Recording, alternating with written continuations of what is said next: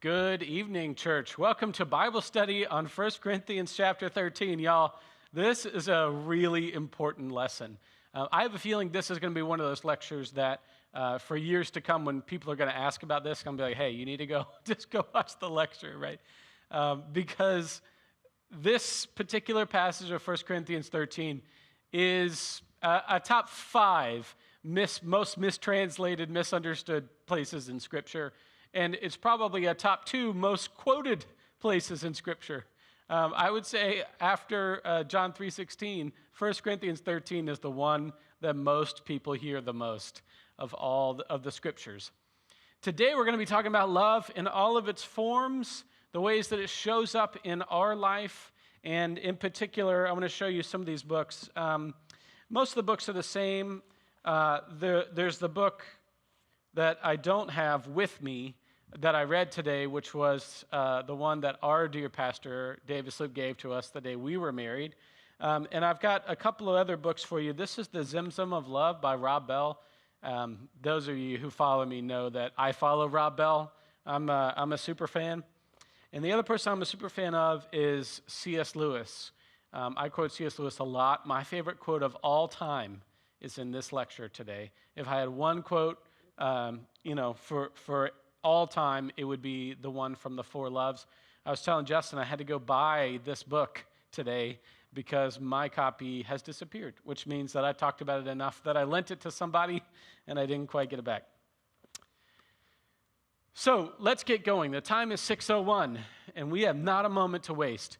A reminder to always be present in the chat if you can, ask questions. What I'm hoping to do is get to the end of this and talk about marriage. And talk about marriage in a real way, in an interesting way, in a healthy, happy, productive way for you. So I'm hoping that you've got some questions about marriage as we go along too. Today, my thesis statement would be, 1 Corinthians 13 absolutely belongs in weddings. Absolutely. It should be in every wedding that we do, but not for the reason that people choose it. It's sort of like people choose what's good for them and they don't know why it's good for them. And we're going to get into all of that today. This part of 1 Corinthians is sort of like a toast. It's sort of like a rallying cry about love. It's almost like the Beatitudes about love. It's a lecture about love. It's a symposium about love. It's an encomium of love. Encomium's a great SAT word, which means just that. It's a toast. It's a reflection of how things have been and what you're calling them to. And that's a great SAT word for you. And it really is sort of the best definition of what's happening here. Now, previously, in our previous lectures, on a previous episode of this YouTube show, we talked about how knowledge puffs up, but love builds up. In fact, we saw in chapter 3 all of those things about building up with gold and silver, all those things that you really can't build up with. There aren't really good building materials, even if they are precious, but that you want things that are sturdy, that are reasonable, that are down to earth. Knowledge puffs up, he said, but love is practical, and it builds up.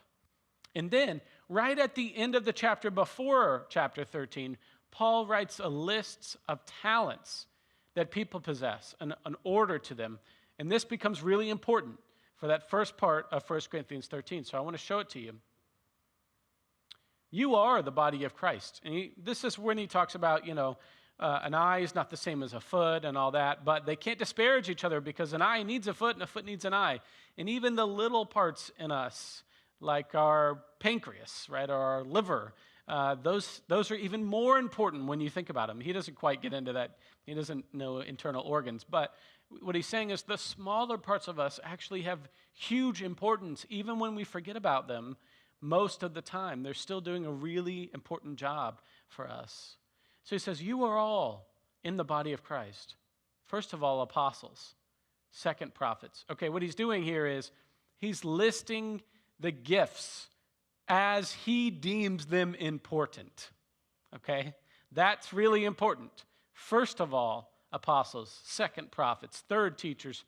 then miracles, then the gift of healing, then helping, then guidance, and delivering of all kinds of tongues. You notice that that's second to last? Speaking in all kinds of tongues.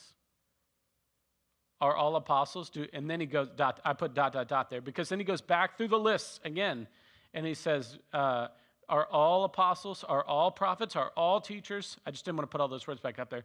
And then again, he repeats this list in the same order. And the last thing he says is, do all speak in tongues? Do all interpret? So the last thing that he put on his list of gifts that you could have is speaking in tongues. And notice what he doesn't put on that list is interpreting the speaking in tongues. And then when he goes through the list again, he puts speaking in tongues second to last and interpreting speaking in tongues last. He is very clearly, but kind of subtly, disparaging the idea of speaking in tongues because the people of Corinth speak too much. They talk a lot of talk, and they forget to walk a lot of walk. And so everything he's about to say is not about talking the talk. It's about walking the walk. And I hope you're starting to see why I think 1 Corinthians 13 needs to be in every marriage ceremony. I think it belongs there, but not because it sounds pretty. Not talking the talk. We're not speaking in tongues when we say it. We're saying some really hard truths, some big facts for our lives. So the last line of 1 Corinthians 12 says, now eagerly desire the greater gifts. What are the greater gifts? Bro, I just put them in order for you, right? First of all, apostles, then prophets, then teachers, then miracles, then the gift of healing, then the gift of helping, then the gift of guidance, and then speaking in tongues, okay? And then interpreting tongues. But think about this. Those first two gifts that he calls the greatest are also people who talk a lot. Apostles and prophets. But you know what the difference is between them and people who speak in tongues and interpret people who speak in tongues? They're not just making it up. They're actually walking the walk. What Paul is calling us to is making sure that our yes means yes and our no means no. He's making sure that we understand we need to think deeply about our life in Christ, not topically. We need to be a disciple. We need to be an apostle and even a prophet. A prophet has spent so much time in the Word that they start to see the future unfolding. People who speak in tongues, and I'm not really talking about present day cultures that speak in tongues. But in this world of Corinth, they were all talk. And that's why, and they were surrounded by glitz and glamour and all of the things that could possibly sway you or tempt you were around in their city. There is a lot of bells and whistles. And for Paul, the speaking in tongues were the bells and the whistles and not the heart of the gospel. And so when he puts this list together in 12, you should notice that when you talk, it should be to represent the walk that you're walking. All right. And then the last thing he says here is, so he says, now eagerly desire the greater gifts. That's the second to last line. And then 12:32 says, and yet I will show you the most excellent way, the proper way to live. And then he goes in to this famous soliloquy.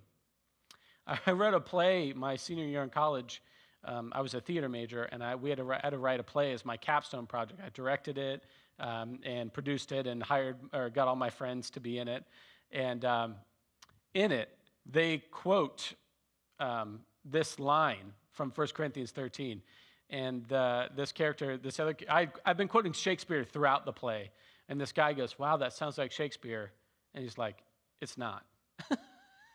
And the other guy's like, but it really sounds like Shakespeare. He's like, it's not. But it does sound like Shakespeare. It's beautiful language. I just remembered that. He says, if I speak in the tongues of men, remember what he just got saying about people who speak in tongues, okay? If I speak in the tongues of men, which is just politicians and people who talk a lot, or the Greek philosophers, the great rhetorical people, professionals. If I just speak in the tongues of men or angels, which is speaking in tongues. So this is a clever sentence. If I speak in the language of men or speak in the tongue of angels, aka speaking in tongues, but I don't have any love, I'm like a noisy gong or a clanging cymbal.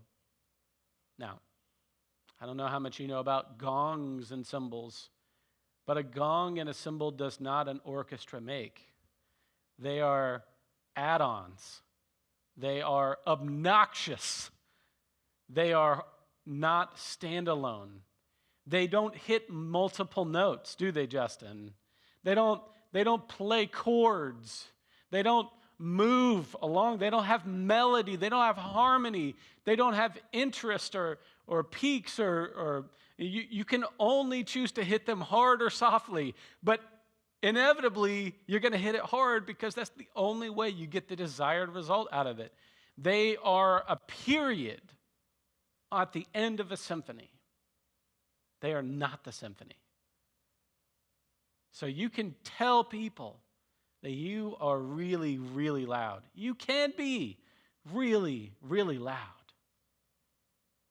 But if you don't have any love, you are going to annoy everyone. Yeah, man, isn't that true? If you don't have it on the inside, you're going to annoy everyone. Talking a big game without backing it up annoys everyone. Professing to be in love and then not annoys everyone. You know who says that best? Shakespeare. There's this great play, you've probably heard of it, called Romeo and Juliet. And in the Act 1, Scene 1, Romeo is in love with a girl named Rosaline. And then by Act 2, he's in love with Juliet. And his cousin, Benvolio's like, weren't you just in love with Rosaline? He's like, who? That's weak, right? That is life where you are speaking more than you are acting, where your actions don't match up with your love.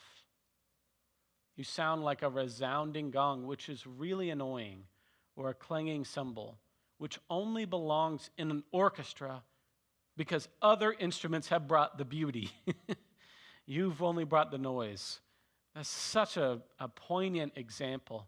I've preached on this many times, and I like to call them the sort of the boy band music, right? Not to say the boy bands aren't talented; they can be, but the music is very simple in general. It's sort of very simple. It might not be one note on a musical staff, but the dramatic arc of everything they say is one note, right? I need you, I love you, I need you, I love you. It's just sort of one note. That's the kind of love that he's telling us to avoid. It's actually kind of the love that a lot of weddings have, or at least a lot of weddings plan to have. I've been to lots of weddings. I've been officiant of several weddings. I have a list of grievances, a list of things that have to be met in order for me to officiate your wedding. And they all come from bad experiences. One is the photographer will not walk behind me during the wedding ceremony, right? Like if I'm up front and there's me and there's a groom and a bride and other people, I did a wedding where I turn around and this photographer is like clicking right in my ear, and I'm like, this is an altar. This is a sacred space. We're here to be before God. But for a lot of people, the weddings are only about the pictures. That's a noisy gong. That's a clanging cymbal. If what you're willing to do is pay all the money for the photographer to put your wedding on Insta, you are a noisy gong and a clanging cymbal. And that's not actually how you want your life. It's just hard for people to imagine depth to their life. When you set your goals low, you don't reach high. And so for many people, when they think about their wedding, this is so funny. Justin and I were just talking about his wedding right before we went live.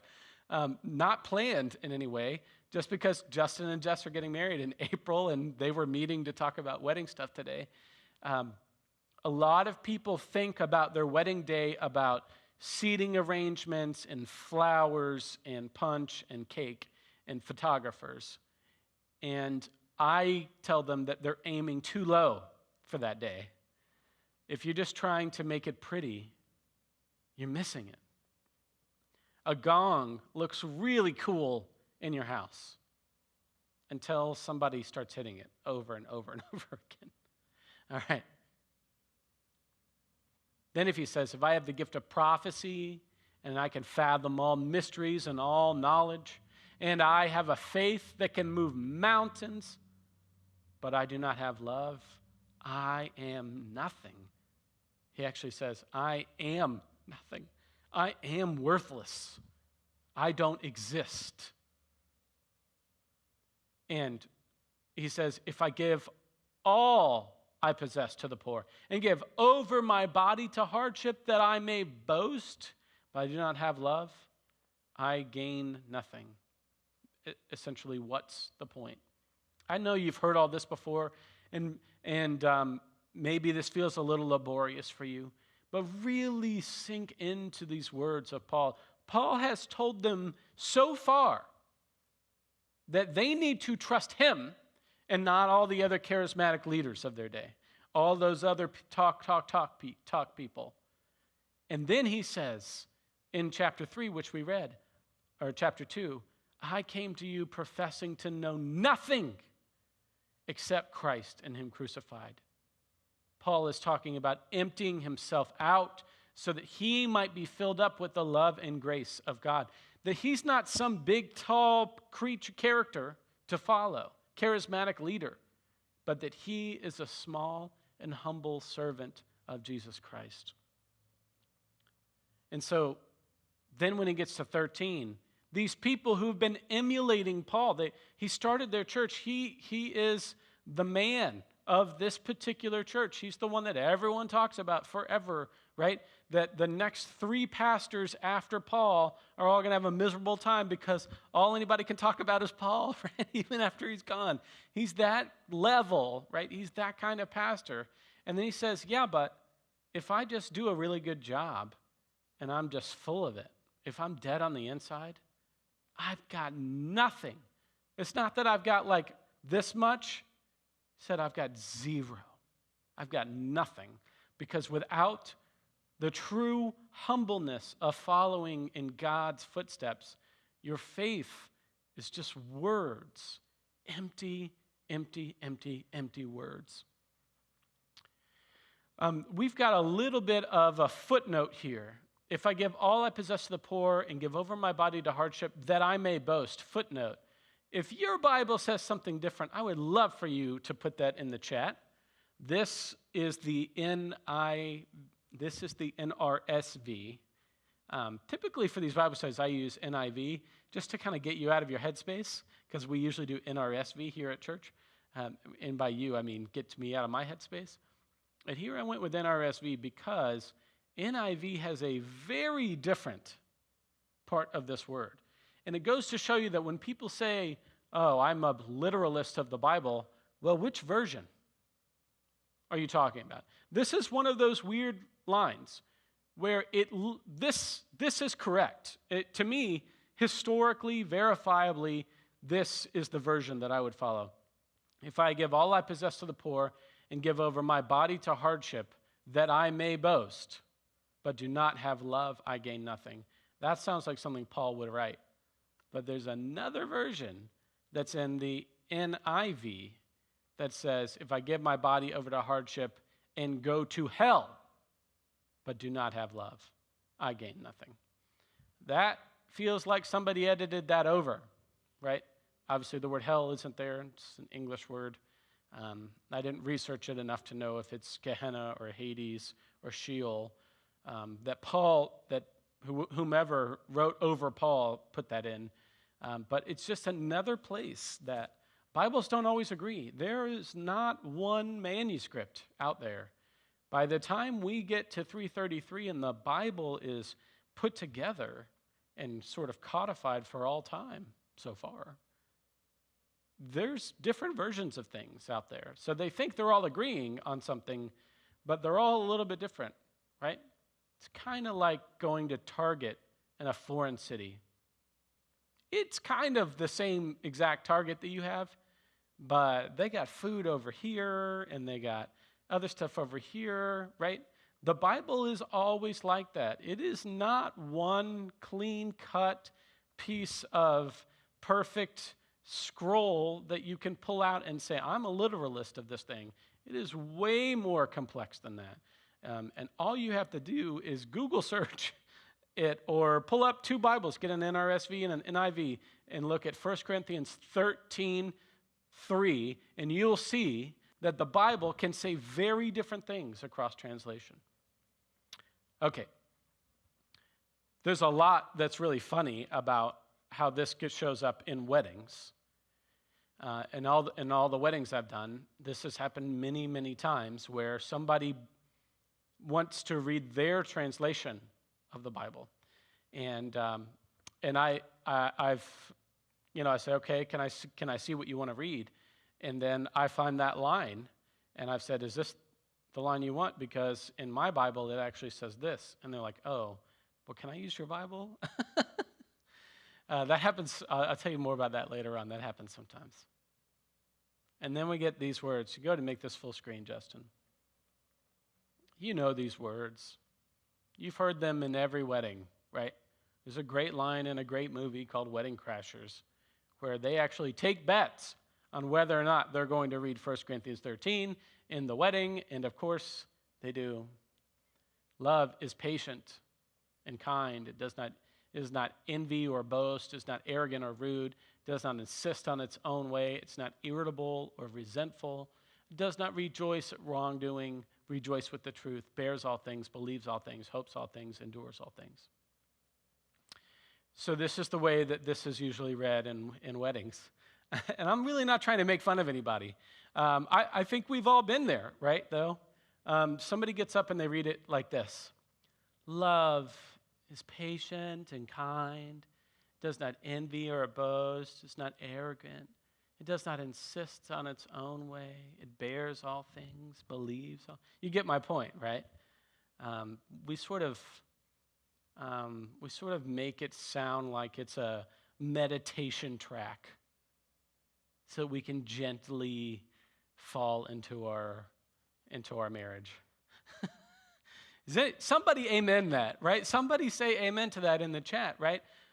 We read this in our weddings like it's a meditation, and that it shows that these two people are perfect and soulmates and they found each other, and that the way they are dressed up right now and the 4 hours of makeup she put on while having somebody put on extra makeup on her and wear a bunch of fancy jewelry that she doesn't own and borrowed things, and he's dressed up in a suit and he and the groomsmen decided not to wear socks to be cool or whatever, and we're acting like this play we're putting on has everything perfect and whitewashed. And somebody tell me that you've been to a wedding like that before. You have something to say?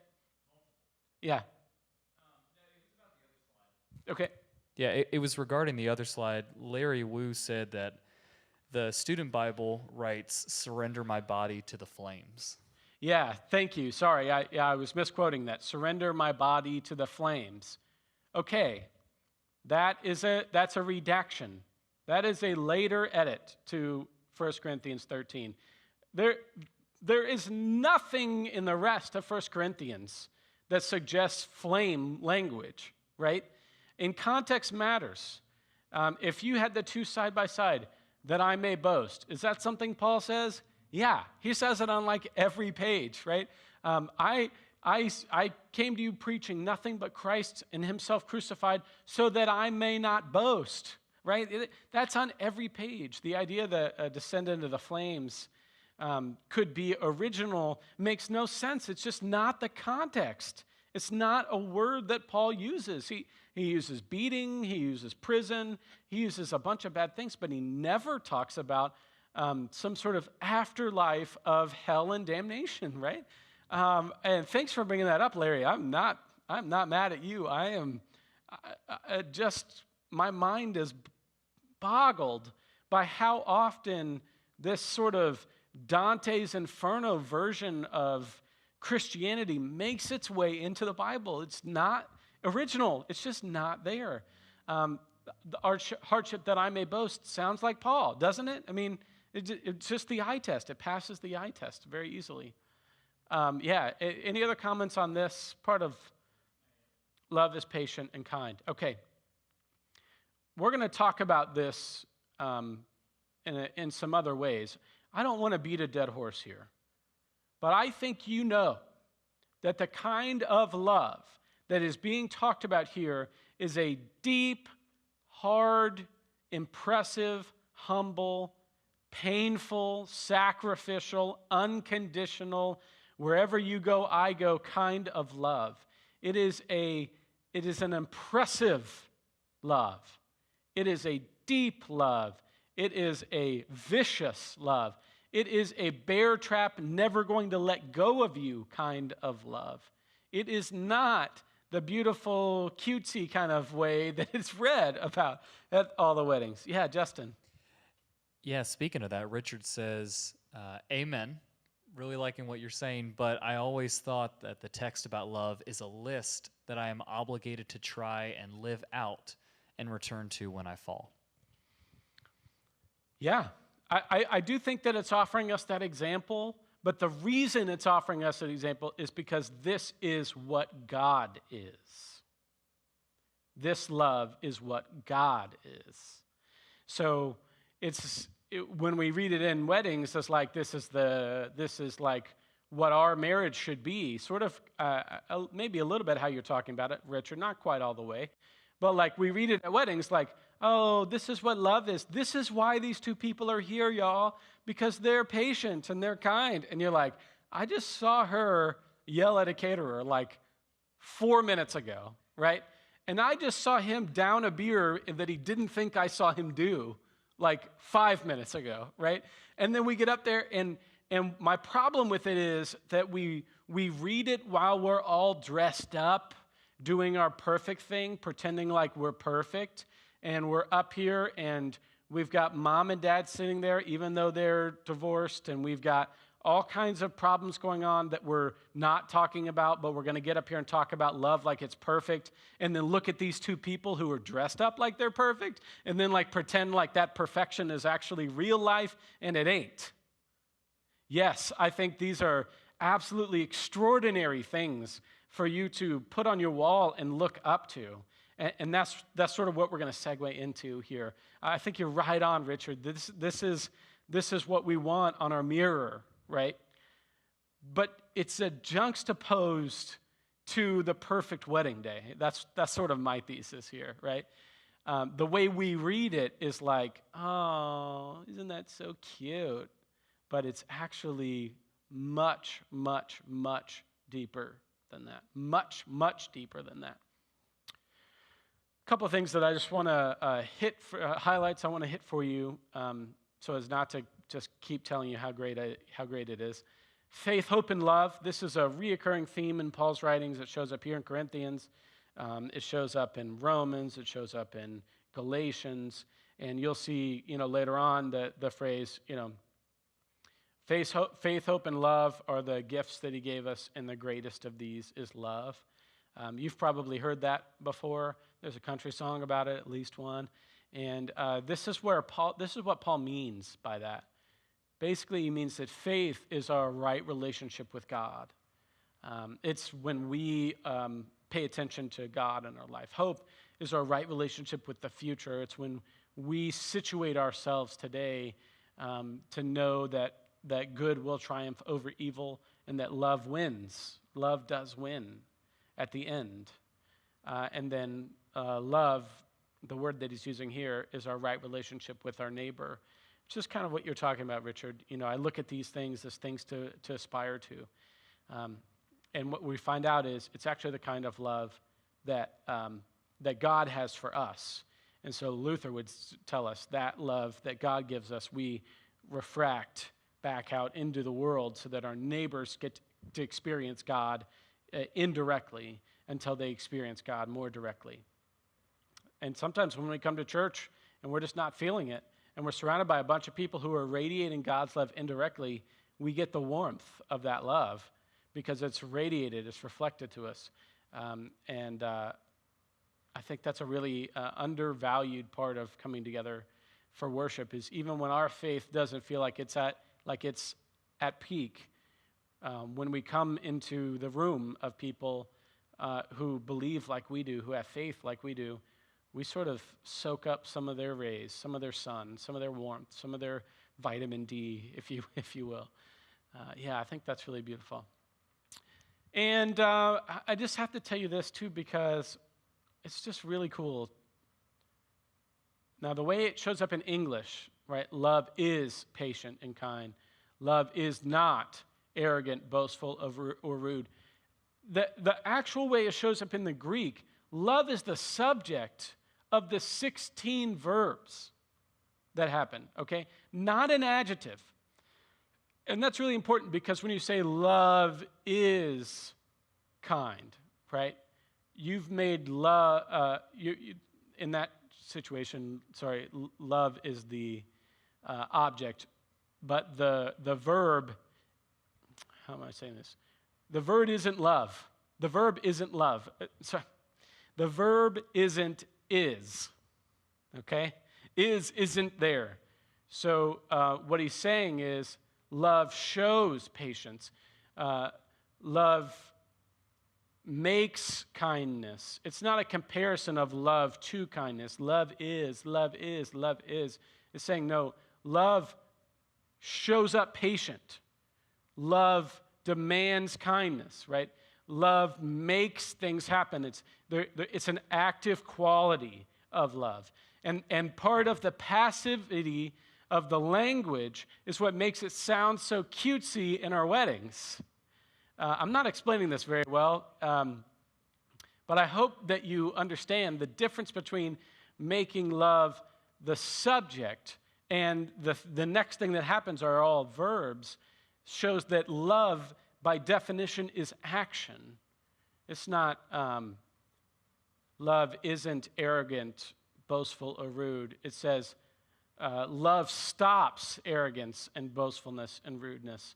Love is an acting contributor in our world. And the word, of course, that he's using here is one of the four loves. It's agape. It's the fourth one. So this comes from this book, C.S. Lewis, The Four Loves. My friends Pat and Vicki Gallagher and I used to talk about this book a lot, a long time ago, 20 years ago or so. When I lived with them, this book was really important to us. We were kind of all reading it together at that time. And it's just a beautiful book. I had to go buy it again today because I'd given mine away. But these are the four loves as they are in Greek. And I'll tell you what C.S. Lewis calls each of them. But this is really important. I think this gives you a really good understanding of what's happening in 1 Corinthians because it walks you through the other sort of ways that we love. So the first one of the four loves is storge. It looks like storge, but it's not. It's storge. Storge is a natural love. It's the love of a mother to a daughter or a father to a daughter. It's the way that we organically interact with people who are our family. It's the way we organically walk through a forest and we feel more peaceful. It's the way some of us go up and actually hug trees, right? It's the way we smell flowers. It's the way we breathe in deep oxygen. It's the way we appreciate the beauty of nature, and we go on hikes just to get that view. I was just talking to Barbara Olson, who was here at church today, and she said, nothing lowers my blood pressure like watching the ocean waves. Yeah, that's it. That's it. A love of nature is a really big part of us. And Lewis says this is a big part of what compares us to other animals. It's one of the things that we love about watching other animals, is watching a mother bear with her cubs, not too close, but watching them interact, because she doesn't have our language and our customs and our teaching, but yet she naturally knows that she can grab them right by the neck. She knows, or they learn together how to nurse. She knows how to give birth. She knows how to keep them close by and keep them safe, how birds know to feed each other. If you've ever studied emperor penguins, oh my gosh, the things that they do, the voice of God, Morgan Freeman, March of the Penguins, right? Where the dad holds the egg, right? Incubates the egg on its feet. So the dad takes all the cold away from the egg and then puts its fat over the egg. And mom, after mom gives birth, and then mom waddles all the way back to the sea to get herself some food. And then when she comes back, the baby penguin knows this. They know each other's voice, right? That's a natural love. It's the love of a parent to a child, and also the child to the parent. It's just sort of intrinsic. It's in our DNA. It's in our bones, and it's a really powerful form of love. An awful lot of us stick to our family of origin, even after we've moved on, even when we live in other states and stuff. I talked to one of my sisters yesterday. I talked to my mom yesterday. I talked to my dad today, and I talked to my brother today, right? We live in different states and different time zones, and we have very different lives, but we're still connected in that way. That's just sort of a beautiful, natural kind of love. Vicky, if I'm missing something, I feel like I'm missing something, please put it in the chat. The second kind of love that C.S. Lewis mentions is philos.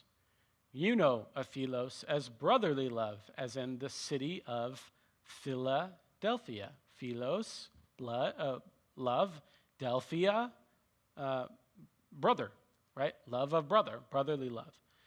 Philos is a friendship.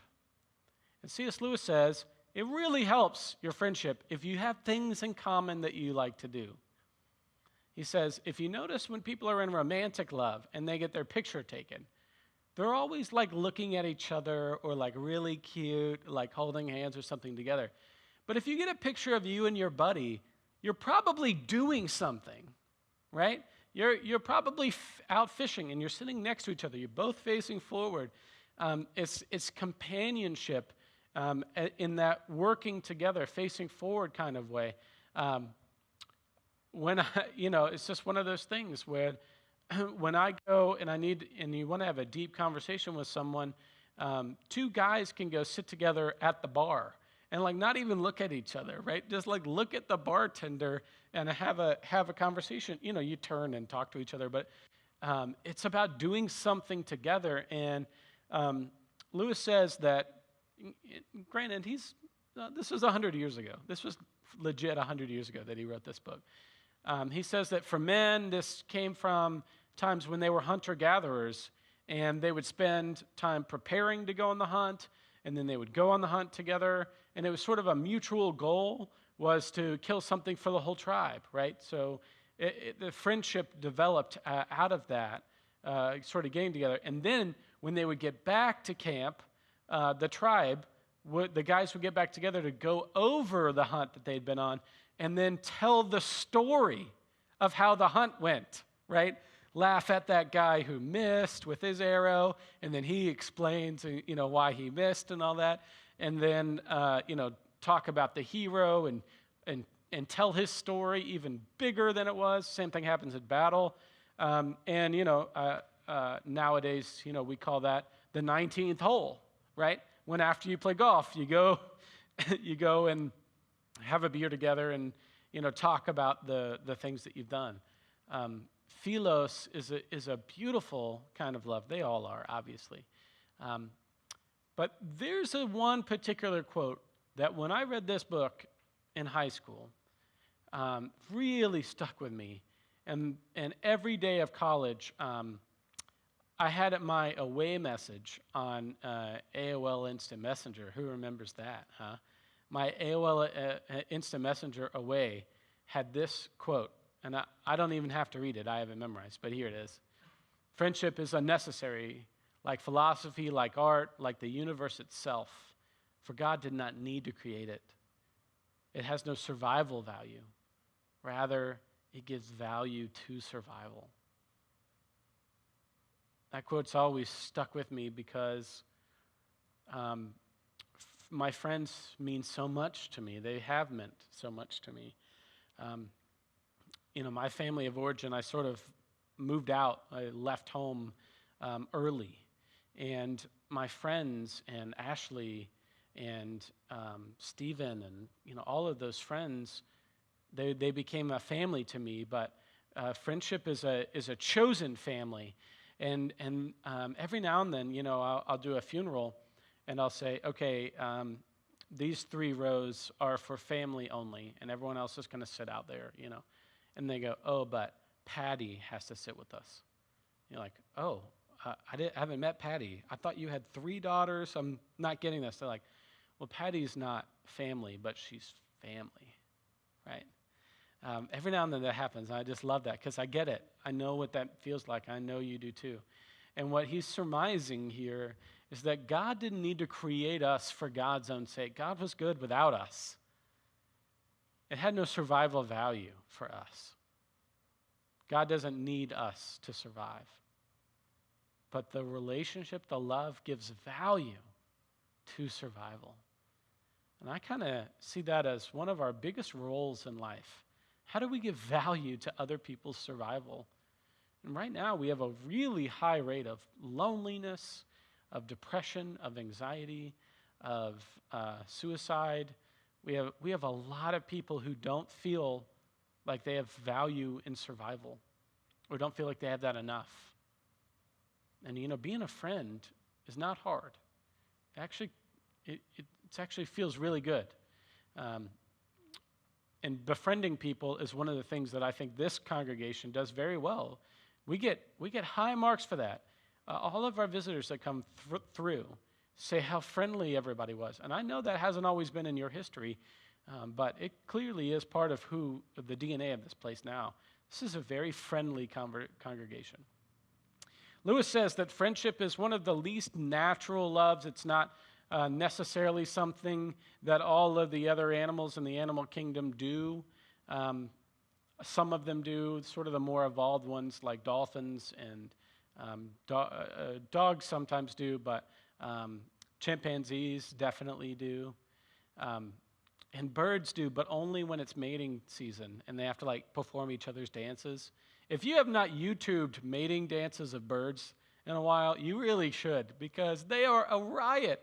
You will not believe the number of times that there'll be a guy trying to court a girl and he'll have 3 other birds and they'll all dance in a circle together. It's awesome. Nature is awesome. So that sort of friendship does show up in nature, but it's the least natural in the sense that you don't need it for survival, but it gives value to survival. The Pew Research Center, no relation, did a study on where people feel happiest. And people felt happiest with their friends.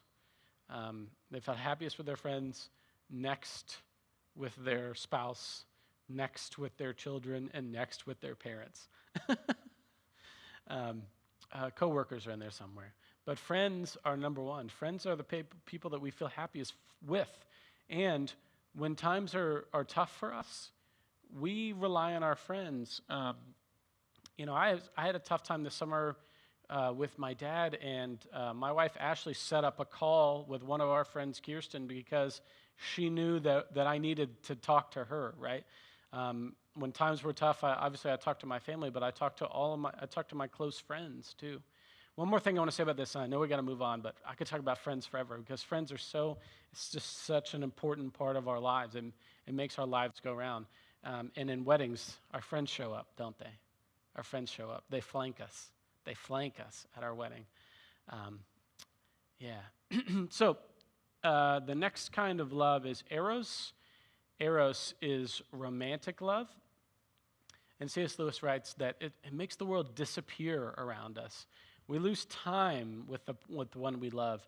We lose reality in some sense. We forget about things. We think about them at work. We do all these sort of big romantic gestures, things that we never thought that we would do. We do in the name of Eros. And he points out, obviously, sex is an important part of marriage. It's an important part of Eros. It's a big part of Eros. But he notes that it's not about the pleasure part of the sex so much as it is about having sex with a specific person. I think he's right on that. It's not that in Eros, it's not necessarily that you're looking to have sex with someone. It's that you're looking to have sex with someone, right? It's about who the other person is. And Eros is where you really start to feel that sense of, I would do anything for you. Obviously, you feel that with Storge, particularly if you're a parent and you've got children, and that's sort of a natural thing. But for Eros, it's like, wow, I met you later in life, and now I can't imagine my life without you. This lecture, 3 lectures ago, when we talked about, people having sex before they're married and living together and all that, the Lutheran Church does not support living together before you're married. It's actually in the human sexuality statement that it doesn't support living together before you're married because those things tangle your lives together. You become entangled. Erotic love, you start to tangle yourself with someone else. And that means that if you untangle from that, you rip yourself away, right? It hurts. Most people I know I know a few marriage therapists and divorce therapists, and they often say people don't realize how much they were going to lose when they got divorced. They didn't realize how much there is to lose afterwards. And I think you've heard me say, I hope you've heard me say, no, I don't think all people should stay in marriages even if they've gone bad. I have personally paid for divorce before for a parishioner of mine who needed to get out. It takes 2 people to keep a marriage going, and one person can absolutely kill a marriage. And if one person has killed a marriage, you should get out. It's not pretty. The detangling is going to hurt, but sometimes that happens. One of the things that happens in erotic love is that we imagine our love for each other, for our partner, is a burning fire. And I talk about this. This is one of my 5 wedding sermons, as the flame of a fire. We look at our partner when we're young and beautiful and everything's perfect, and we're on the perfect wedding day, and we think, wow, this fire, this flame, for how great we look when we're dressed up and how excited we are to spend tonight together, that's the love. That's what Eros is. But over time in a marriage, you realize it was never actually the flames that keep you warm. It's the coals, right? It's the depth. It's the abiding love that holds you together. And sometimes those flames, those coals, have to be stoked. You have to continue to work on the fire, right? You have to continue to move things around. And if you don't, that fire can and will go out eventually. And sometimes when you talk about divorce, you're talking about 2 people sitting around a fire that's been out for a long time. And the anger over that time, that lost time, if it's been 6 months, if it's been 10 years, and the fire's been out that long, it's nearly impossible to rekindle that fire. This is what one of the marriage experts told me. This isn't my thing. Because there's so much anger about the 10 years lost. There's so much anger about the time lost. It's almost impossible to rekindle with that person. Eros is a beautiful kind of love. It's a two become one kind of love. It's the kind of love that Jesus talks about when he says what two people have put together, let no one rent asunder, let no one separate. Then C.S. Lewis gets to agape. I think you know this word. Hopefully you already know the word agape. It's God's love. It gets translated as charity. Actually, C.S. Lewis calls it charity. And this happened to me at a wedding one time. Always bring my Bible to a wedding. Always bring my Bible. And somebody got up there 5 minutes before the wedding, and they said, Pastor, my Bible's wrong. I said, I seriously doubt your Bible's wrong, but let's take a look. And she said, look, here in my Bible, 1 Corinthians 13, it says, charity is patient, charity is kind. The word's not charity, the word's love. I said, well, do you want to read my Bible? She's like, well, yeah, thanks. Phew. I almost really messed that wedding up, she thought, because I was going to read that charity is patient and charity is kind. And that's not the word I want. The word I want is love. I want to get up there and read about agape and call it and think about it as Eros, right? I want to get up there and talk about this hard love, but say it in a cute voice like it's Eros. Love is patient. Love is kind. Have you ever been in a situation where you had to be patient when you didn't want to? And kind when you didn't want to? It's not arrogant, boastful, or rude. It does not insist on its own way. You ever been in a marriage or in a relationship and thought, I really shouldn't insist on my own way? Is that easy to do? It's not envious. You ever been envious? You ever been in a relationship and been envious? Yeah. Is it easy to just turn that off? Boastful. You ever been in a relationship and not wanted to remind your partner that you did the dishes 4 times in a row? Right? Love is hard. It's kind of like charity. It's actually a really good translation. It's unconditional. It's self-giving, self-emptying. It's endless. It's humble. Remember the last line of that thing we read in church at weddings, if you're doing it right, is actually the first line of chapter 8. Love never fails. Love never fails. It never ends. It bears all, right? It has all hope and all faith in it. Love never fails. This is God's love. Of course, this is God's love. Of course, this is an unconditional kind of love.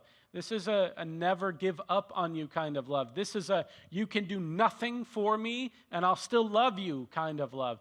This is a even after you're gone, I will still love you kind of love. And it absolutely belongs at our weddings. God's love absolutely belongs at our weddings.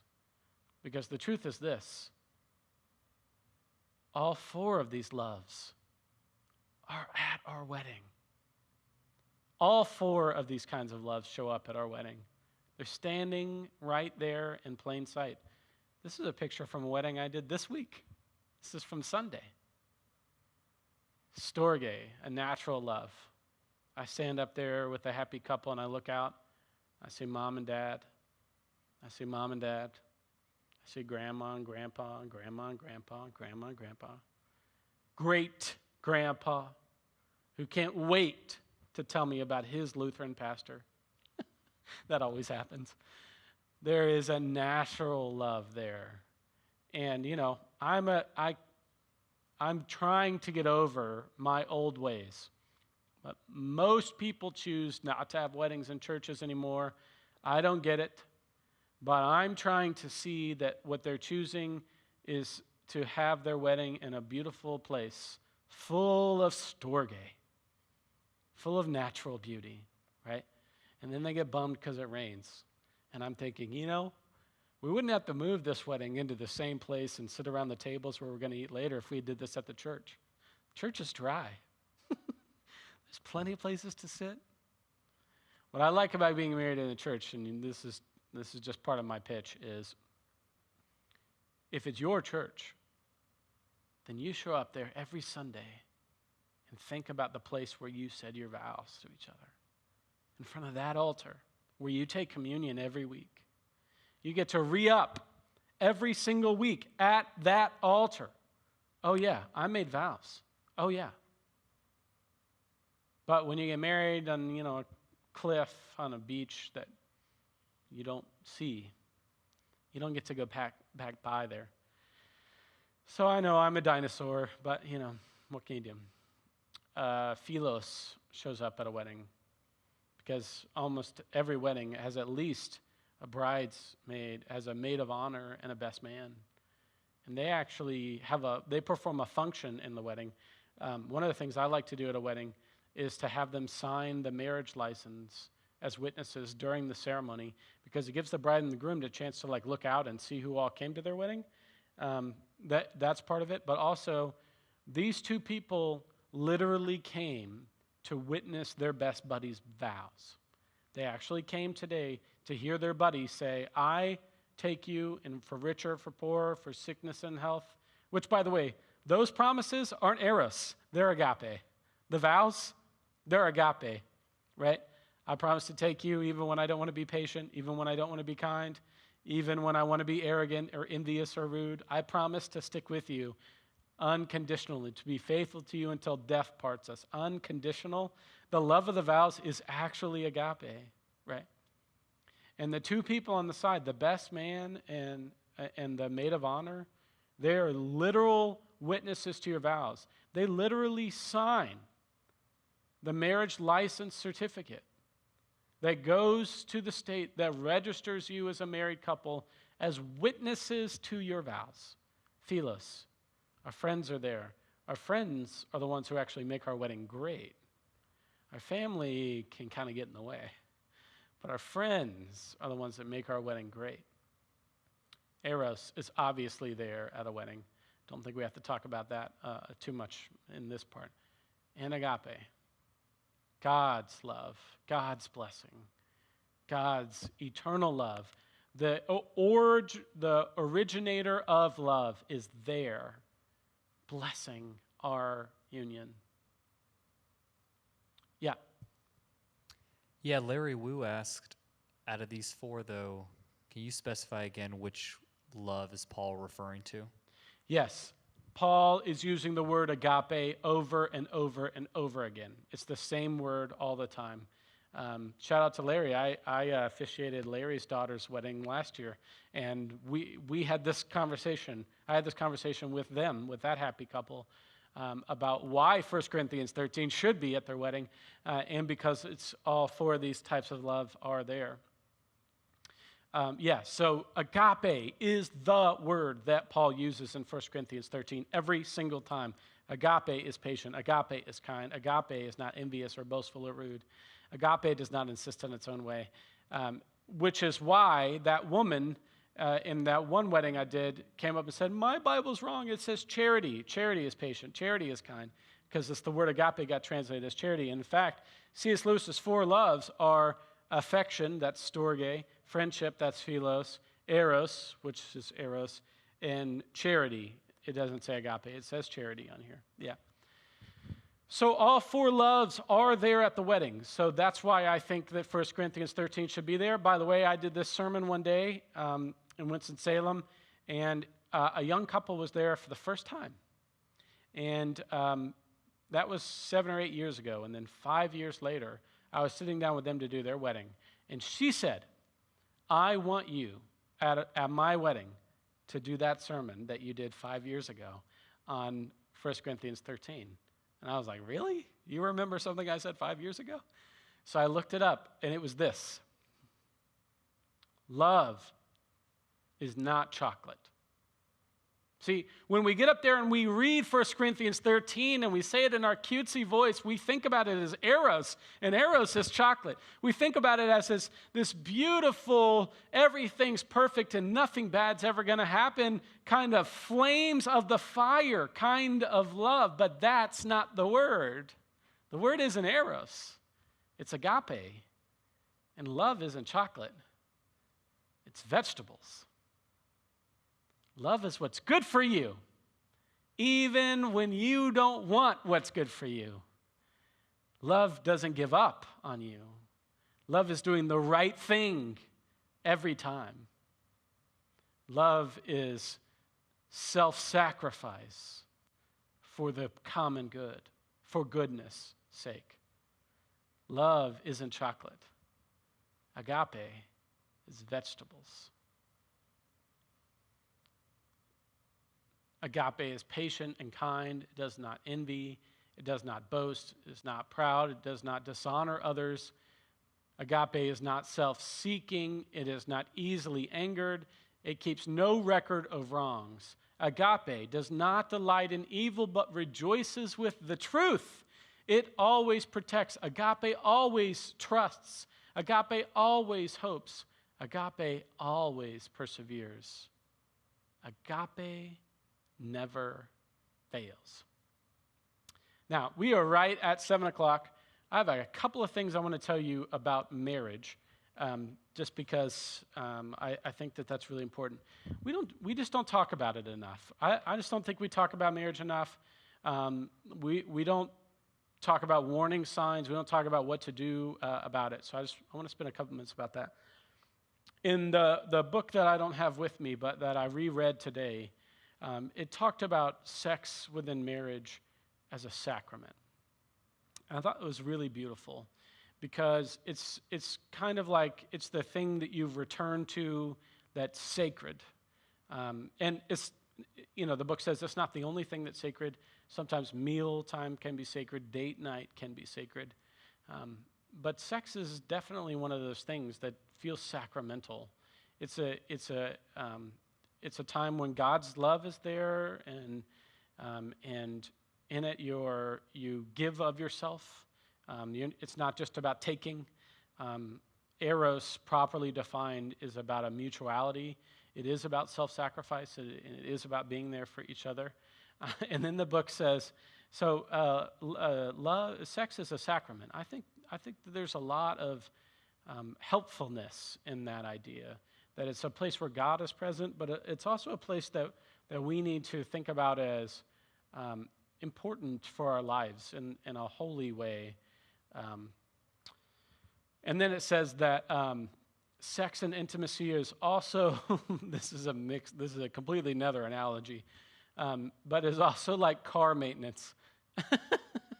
And the book says, you really need to think about your relationship as often as you think about your car maintenance. That if you don't get the oil changed, right, every 3,000 miles or 6,000, whatever it is, 4 times a year.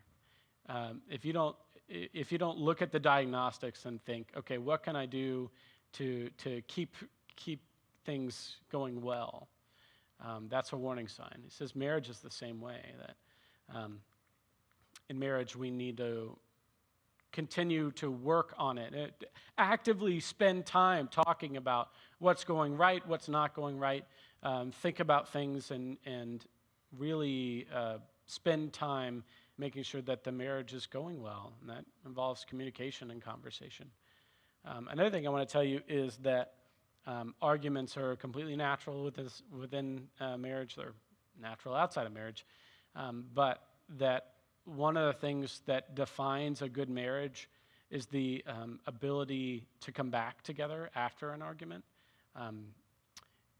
Conflict is never resolved, almost never resolved in a marriage, but it's managed. And I think these 4 examples of love can be really helpful for you to think about marriage, whether you're married or not.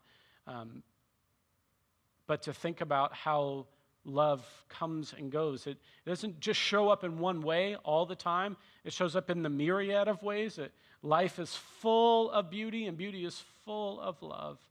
And if you spend time to contemplate that, you'll find a happiness there. Last thing I want to say about love. I hate going over time. This is a favorite book of mine. It's called The Zim Zum of Love. Rob Bell likes really silly words. This word zimzum is an ancient word from Jewish rabbis that talked about the space between us. And he says in a marriage, there's always something between you. There's a zimzum between you. And what we think about when marriages go badly, that we imagine it's people yelling and screaming and throwing plates against the wall. But what actually happens is that we just grow silent, right? The fire slowly goes out. It's not all the things that we said and did. It's all the things that we left unsaid and the things that we didn't do. And he calls that, the space between us, he calls the zimzum. And actually, Ash and I use this phrase sometimes because I think it's really helpful to say, wow, I felt like you were avoiding me all day. I didn't see you. Yeah, I know. I meant to tell you. I was just so busy. It wasn't intentional. I'm not angry or something, but I appreciate that you picked up on that. It was between us. That energy, that negative energy was between us, whether or not it has something or not. And sometimes there is negative energy between you, right? Yeah, you seem really annoyed with me. Yeah, I'm really annoyed with you right now. And that's, you live together. That's real life. Talk about that space between you. Call it zimzum if you want to. I think it's a cool word. But really talk about that space between you. Just be like, you know what? I feel like this is between us.